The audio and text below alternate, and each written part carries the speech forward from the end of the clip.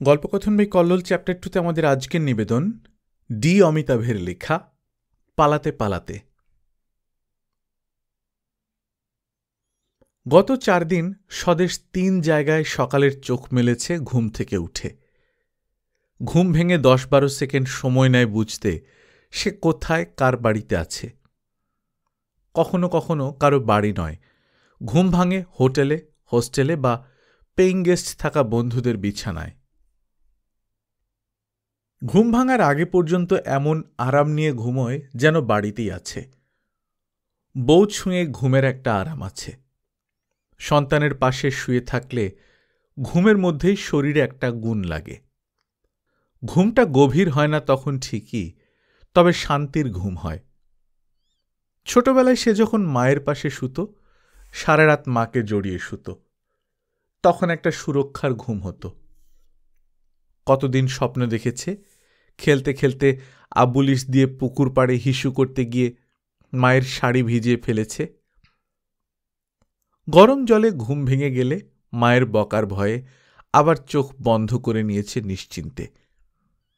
স্বদেশ কতদিন নিশ্চিন্তে ঘুমোয়নি। তবু ঘুমোতে ঘুমোতে যখন বাড়িতে নিজের বিছানায় পৌঁছে যায়, তখন আরামটাই পৌঁছে যায়। ঘুম ভেঙে যখন চোখ মেলে নিজেকে আবিষ্কার করে অচেনা বিছানায়, তখন থেকেই আতঙ্কটা শুরু হয়। স্বদেশদের পাড়ায় একটি বউ ছিল। ছোটবেলায় বিপত্তারিণীর ডোর কাস্তে দিয়ে কাটতে গিয়ে চোখে কাস্তের খোঁচা খেয়ে অন্ধ হয়ে যায় ধীরে ধীরে। সেই বউটা বলতো, যখন স্বপ্ন দেখি সব দেখতে পাই, আর ঘুম ভাঙলেই অন্ধ হয়ে যাই। স্বদেশের অবস্থা যেন তেমনই। স্বপ্নে সে বাড়ি ফিরে যায়, কিন্তু ঘুম ভাঙলেই আতঙ্কটা শুরু হয়ে যায়। পালাতে থাকে বাড়ির থেকে দূরে, অনেক দূরে। চাষির ছেলে স্বদেশ। পড়াশোনা করা পরিবারের সন্তান হলেও তাদের পরিবারের কেউ কখনো চাকরি করেনি। বাবা বিএ পাশ, ঠাকুরদাও শিক্ষিত। স্বদেশ নিজে ইতিহাসে এমএ, যদিও ডিস্টেন্স থেকে তার মাস্টার্স করা। চাকরি তাদের পরিবারের কেউ করেনি নয়, পায়নি। মেধার জন্যে হবে হয়তো। তেমন মেধাবী হলে কি পেত না? নিশ্চয়ই চাকরি করত বাপ ঠাকুরদা। মেধাবী না হলেও শিক্ষার শংসাপত্র তো একই যারা চাকরি পাচ্ছে। একটা সময় নিজেদের বঞ্চিত মনে করতে থাকে স্বদেশ এবং তার পরিবার। গ্রামে তাদের ভূসম্পত্তি অনেক, চাষ করে তারা আর্থিক সফল। শুধু চাকরিওয়ালা মানুষদের কাছে সম্মান পায় না। বঞ্চিত মন যখন ক্ষোভের দিকে ধায়, তারা অনেক বড় কাজ করতে সাহসী হয়ে ওঠে। একদম চাষি পরিবার রাজনীতিতে নেমে পড়ে। স্বদেশী একটা দল যারা নিজেদেরকে জাতীয়তাবাদী বলে প্রচার করে, তারা এবার বিধানসভা ভোটের আগে পশ্চিমবাংলায় বেশ প্রভাব ফেলতে শুরু করে। স্বদেশ সেই স্বদেশী দলের নেতা নেত্রীদের সঙ্গে যোগাযোগ রাখতে শুরু করে গত 1 বছর। প্রথমে গোপনে, আস্তে আস্তে প্রকাশ্যেই সে দলটার মধ্যে নিজেকে ডুবিয়ে দেয়। চাষ চেপে যায় বাপ ভাইদের কাঁধে। স্বদেশ হয়ে ওঠে দলটার স্থানীয় নেতা। ভোটের আগে রাজনীতি ছিল রাজনীতির মতো। পক্ষে বিপক্ষে মানুষ ছিল অনেক। মানুষ ধরার খেলা ছিল রাজনীতি। কিন্তু রাজনীতিতে যে গভীর গোপন খেলা হয়, স্বদেশের মতো চাষির ছেলের তা জানার কথা নয়। ভোটের ফলাফলের পর সে বুঝতে পারে রাজনীতি আসলে জটিল একটা খেলা। আদর্শ অতীতে ছিল নেতাদের মনে, এখন শুধু মঞ্চের মাইকের আওয়াজে ভেসে বেড়ায়। ভোটের আগের মানুষ ধরার রাজনীতি ভোটের ফলাফলের পর মানুষ মারার রাজনীতিতে পরিণত হয়। বিরোধী পক্ষের হয়ে যারাই সামনে থেকে রাজনীতি করেছে, তাদের বেছে বেছে মারাই যেন বিজয়ী দলের মূল মন্ত্র হয়ে ওঠে। সরকার, পুলিশ, প্রশাসন সব এক হয়ে মারছে শুধুই স্বদেশী দলের স্বদেশদের। দাদা, আমাদের তো মারছে শুধু। ভোটের রেজাল্টের পর অত্যাচার শুরু হতেই স্বদেশ দেখা করেছিল তার দলের এক নেতার সঙ্গে। খুব ভোরে বেরিয়েছিল বাড়ি থেকে সে আর সঙ্গে 2 জন, ভোলা দাস আর বাসব ঘড়ুই। রাস্তা দিয়ে আসার সাহস পায়নি। খুব ভোরে মাঠ ভেঙে লক্ষ্মীকান্তপুর লোকাল ধরে সোজা সোনারপুরে জেলার নেতা বারিন মজুমদারের বাড়ি। জেলার হোমরা চোমরা নেতা, আবার রাজ্য স্তরেও ভালো যোগাযোগ। মারছে তোরাও মার, তোরা স্বদেশী দল করা ছেলে, মার খেলে চলবে কেন? ওদের কাছে তো বন্দুক আছে। দেশি মার তোরাও লাগা, লাঠি খেলার ট্রেনিং নিসনি? লাঠি দিয়ে যে আগ্নেয়াস্ত্রের সামনে করা যায় না, বারিন মজুমদারের মতো নেতা জানে। জানে বলেই বলে, লোকজন জোগাড় করে প্রতিরোধ গড়ে তুলতে হবে। লাঠি, বল্লম, কাস্তে, কাঠারি, বটি সব নিয়ে ওদের সঙ্গে লড়াই করতে হবে। বারিন্দা, ওদের সঙ্গে পুলিশ আছে, আমাদের ছেলেদের কেস দিচ্ছে খুব। আমাকে ভোটের আগে একটা আর এখন দুটো কেস দিয়েছে। তাহলে আর কি করবি? দেখি আমি রাজ্য কমিটির সঙ্গে কথা বলে। দাদা, গ্রামে তো থাকতে দিচ্ছে না। রোজ রাতে হয় পুলিশ তাড়া লাগাচ্ছে, না হয় সরকারি দলের ছেলেরা বাড়িতে চড়াও হচ্ছে। জেলা কার্যালয়ে ঘর ছাড়াদের জন্য দলের তরফ থেকে ক্যাম্প করা হয়েছে, ওখানে চলে যা, থাক কদিন। কোথায়? কোথায় আবার? সোনারপুরে। জেলা কার্যালয় জানিস না? হ্যাঁ জানি তো, কিন্তু ওইটুকু পার্টি অফিসের জায়গা কোথায়? ছাদে মেরাব বাঁধা হয়েছে। সেই জেলা কার্যালয়েই স্বদেশের প্রথম ঘর ছাড়া হয়ে থাকা। পার্টি অফিসের একমাত্র ঘুপচি পায়খানা, ৬০-৭০টা ছেলে, দুবেলা মোটা চালের খিচুড়ি। তাও যা হোক করে ১০-১২ দিন ছিল। শেষে পুলিশ এসে ভেঙে দিয়ে যায় ক্রিমিনাল ডেন বলে। ছত্রখান হয়ে যায় স্বদেশরা। স্বদেশের মতো ঘর ছাড়া কেস খাওয়া ছেলেরা যে যেদিকে পেরেছে পালিয়েছে। স্বদেশ পার্টি অফিস থেকে চলে যায় শ্বশুরবাড়ি। সেখানে ভয় পায় পুলিশি রেইডের। পুলিশ জানে ক্রিমিনাল শ্বশুরবাড়িকে আশ্রয়স্থল ভাবে ক্রাইমের পরই। শ্বশুরই তাকে পালিয়ে যাওয়ার পরামর্শ দেয়। তারপর থেকেই স্বদেশ দক্ষিণা বাতাসে তুলো বীজের মতো উড়ে বেড়াচ্ছে। রাজ্য পার্টি অফিসেও কদিন থেকেছে। সেখানে থাকার জায়গার অভাব নেই, খাদ্য অঢেল। কিন্তু সে কোনো লবির নয় বলে চলে আসতে বাধ্য হয়।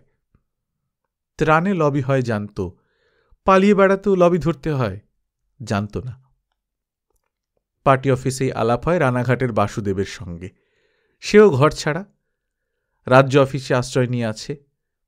বাসুদেবের সঙ্গে স্বদেশ বেরিয়েছিল কলকাতা ঘুরে দেখতে। সেই কবে ছোটবেলায় দুজনে সারা রাত জেগে দুর্গা ঠাকুর দেখে বেরিয়েছে। এখন আবার কলকাতায় ফিরে দুই বন্ধু ঠাকুর ছাড়াই কলকাতা দেখে নিচ্ছে, যেন তাদের কলকাতা দেখাই কাজ। সন্ধে পেরিয়ে রাতে রাজ্য পার্টি অফিসের আস্তানায় ফিরে শোনে লালবাজার থেকে লিস্ট দিয়ে গেছে, কাদের নামে এফআইআর আছে। যাদের লবি আছে তারা বহাল তবিয়তেই থেকে গেল। বাসুদেবকে নিয়ে স্বদেশ বেরিয়ে পড়ে অজানার উদ্দেশ্যে। জানা বিপদের থেকে অজানা জায়গা অনেক নিরাপদ ভেবে।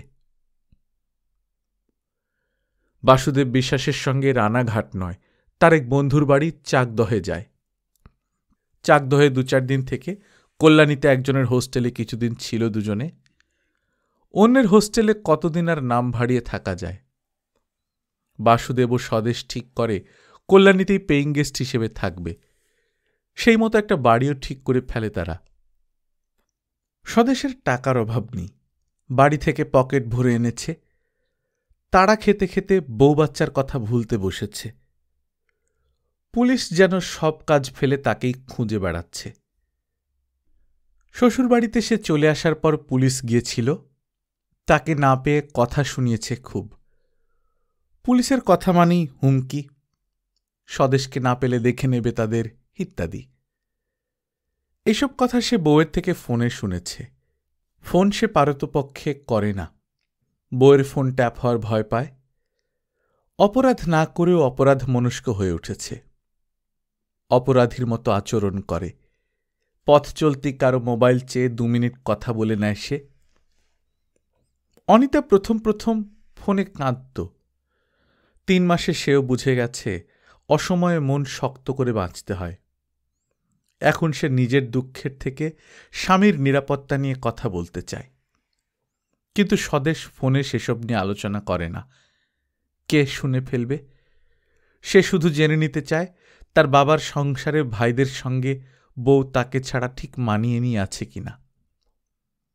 যদিও সে জানে তার বাবা ও ভাইরা অনিতা বা তার শিশু সন্তানের এক চুল অযত্ন করবে না, তার পালিয়ে যাওয়ার মধ্যে অপরাধ নেই কোনো। উপরন্তু পরিবারের পুরোপুরি সমর্থন আছে, সে জানে। বাবা বা ভাইদের সঙ্গে তার কথা হয় না। তাদের প্রতি আস্থা স্বদেশকে সংসার নিয়ে ভাবনা থেকে মুক্ত করেছে। পিছুটান থাকলে পালিয়ে থাকা যাবে না। পালিয়ে না থাকলে জামিনের আগেই পুলিশ তাকে বন্দী করতে পারে। সরকারি দল তাকে হত্যাও করতে পারে।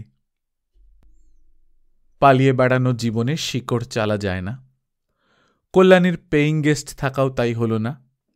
শিকড় ছাড়া পানার মতো বাসুদেবকে নিয়ে স্বদেশ ভাসতে ভাসতে কৃষ্ণনগর বেহুয়াডহরি হয়ে তেহট্ট পৌঁছায়।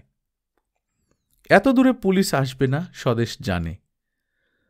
তেহট্টে এসে উঠেছিল বাসুদেবের চেনা জানা এক দলীয় কর্মকর্তার বাড়ি। সেই কর্মকর্তার ফোন থেকে অনিতাকে ফোন করে জানতে পারে দুদিন আগেও পুলিশ এসেছিল বাড়িতে থানায় হাজিরার কথা বলতে। এদিকে স্বদেশের উকিলও আগাম জামিনের ব্যবস্থা করতে পারেনি এখনো, সেটাও জানায় বউ। বাড়ি না ফিরতে পারলে এক জায়গায় বসে থেকেই বা কি লাভ। শক্ত সমর্থ ২৮ বছরের যুবক কতদিন আর বিনা কাজে একজনের বাড়ি বসে বসে খায়? খাওয়াতে লজ্জা থাকে না, কিন্তু কারো বাড়ি বসে বসে খাওয়াও যায় না।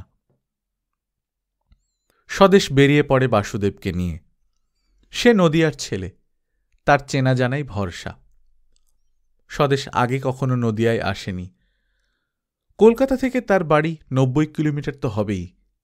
কলকাতায় বা কতবার এসেছে। পালাচ্ছে সে, তবে এখন আর ভয়ে নয়। পালিয়ে থাকতে হবে, তাই ঘুরে বেড়ানোর মতো মনের ভাব। ঘুরতে ঘুরতে করিমপুর পেরিয়ে বাংলাদেশ বর্ডারের গঞ্জ শিকারপুর। একদম কাঁটাতারের জামা গায়ে দেয়া গ্রাম। জায়গায় জায়গায় বিএসএফ ক্যাম্পের বোতাম সে জামায়। কি করবে বাসু? কি করবে মানে? সামনে তো কাঁটাতার। হ্যাঁ, ওপারে বাংলাদেশ, পেছনে পুলিশ, সামনে কাঁটাতার, কি করবে? বাড়ি তো ফিরতেই হবে। আমাকে আরও কেস দিয়েছে, একটা দফা ৩০২ আর। দফা ৩০২ মানে? খুন আর একটা ডাকাতির। খাল উকিলকে ফোন করেছিলাম, বলল। কি করবে ভাবছ স্বদেশদা? কাঁটাতার পার হলেই মুক্তি, নতুন মাটি, নতুন দেশ, অন্য আইন। তোমার আমার ওপর মিথ্যা মামলাও নেই। বাংলাদেশ পালাবে? আমাদের বাড়ি ছিল কুষ্টিয়া, কিন্তু ওদেশ থেকে চলে আসতে বাধ্য হয়েছিল আমাদের ঠাকুরদা। আমরাও তো পালাতে বাধ্য হচ্ছি। তোমার ঠাকুরদা ওপার থেকে এপারে এসে বাঁচতে পেরেছিল, আর কুষ্টিয়ার তো লালনধাম আমরাও পারব এপার থেকে ওপারে গিয়ে। চলো।